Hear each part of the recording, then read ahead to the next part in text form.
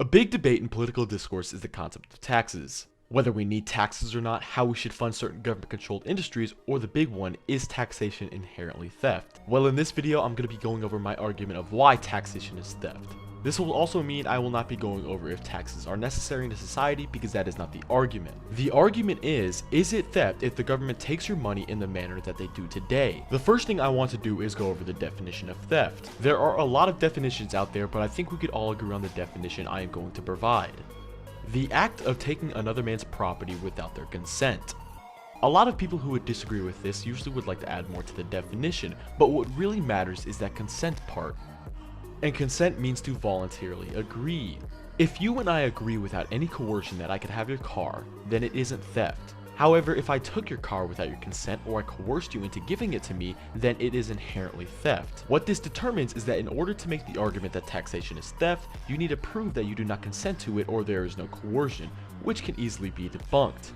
So I am going to bring up a few videos that make the argument that you do consent to taxes, and I will go over why they're wrong.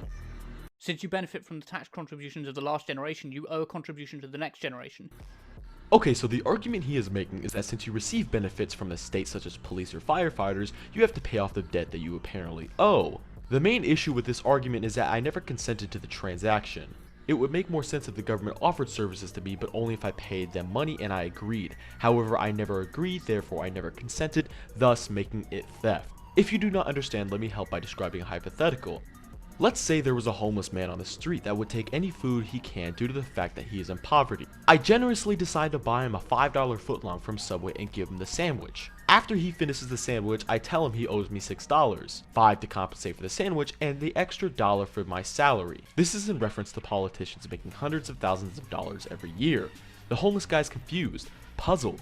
He says no to give me the $6 due to the fact that he never consented to the transaction. However, I threaten him to give me the money. Is the homeless guy ethically obligated to give me the $6? Obviously not. He never consented to the transaction, but if he did agree after because he was coerced, then it is theft. It's the same concept with Antifa Cog's argument. Even though I did receive benefits from the state, I do not owe them anything because I never consented to the transaction. Taxation isn't theft for two main reasons. One, theft is a legal term and taxation is objectively legal in our current system. It's not just when someone takes your stuff, which debt collectors also do. This goes back to my point earlier about how definitions are different from one another. Theft is not just a legal term. You can steal other people's property even if there was not a state. This goes down to the argument of self-ownership and if rights are inherent, but that's a completely different argument and it takes way too long to explain. The point I want to make is that you need to warrant the existence of a state.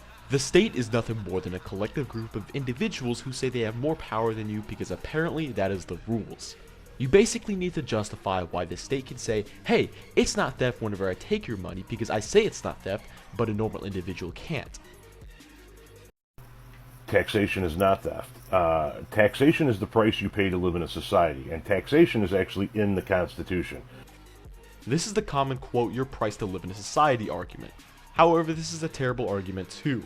Living somewhere does not equal consent. That is not how consent works. It's like if my friend invited me over to sleep over at his place and then once I woke up the next morning, he gave me a bill and said, hey, if you do not pay, I am going to lock you in my basement. Just because I lived there for one night does not necessarily mean I consented to giving him money. A better analogy would be if the government mandated sex and if you did not follow those rules, you would go to jail. Do you consent to sex just because you live in that area? Of course not. Because again, living somewhere does not equal consent. Now usually a counter argument to this is that you could leave the area, which yeah, I could. You're right that I could leave, but what happens when I don't? Does that mean I consent?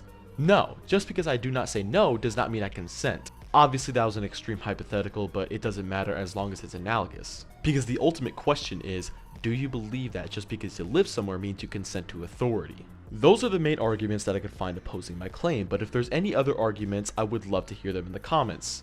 But if you did enjoy the video, please like and subscribe.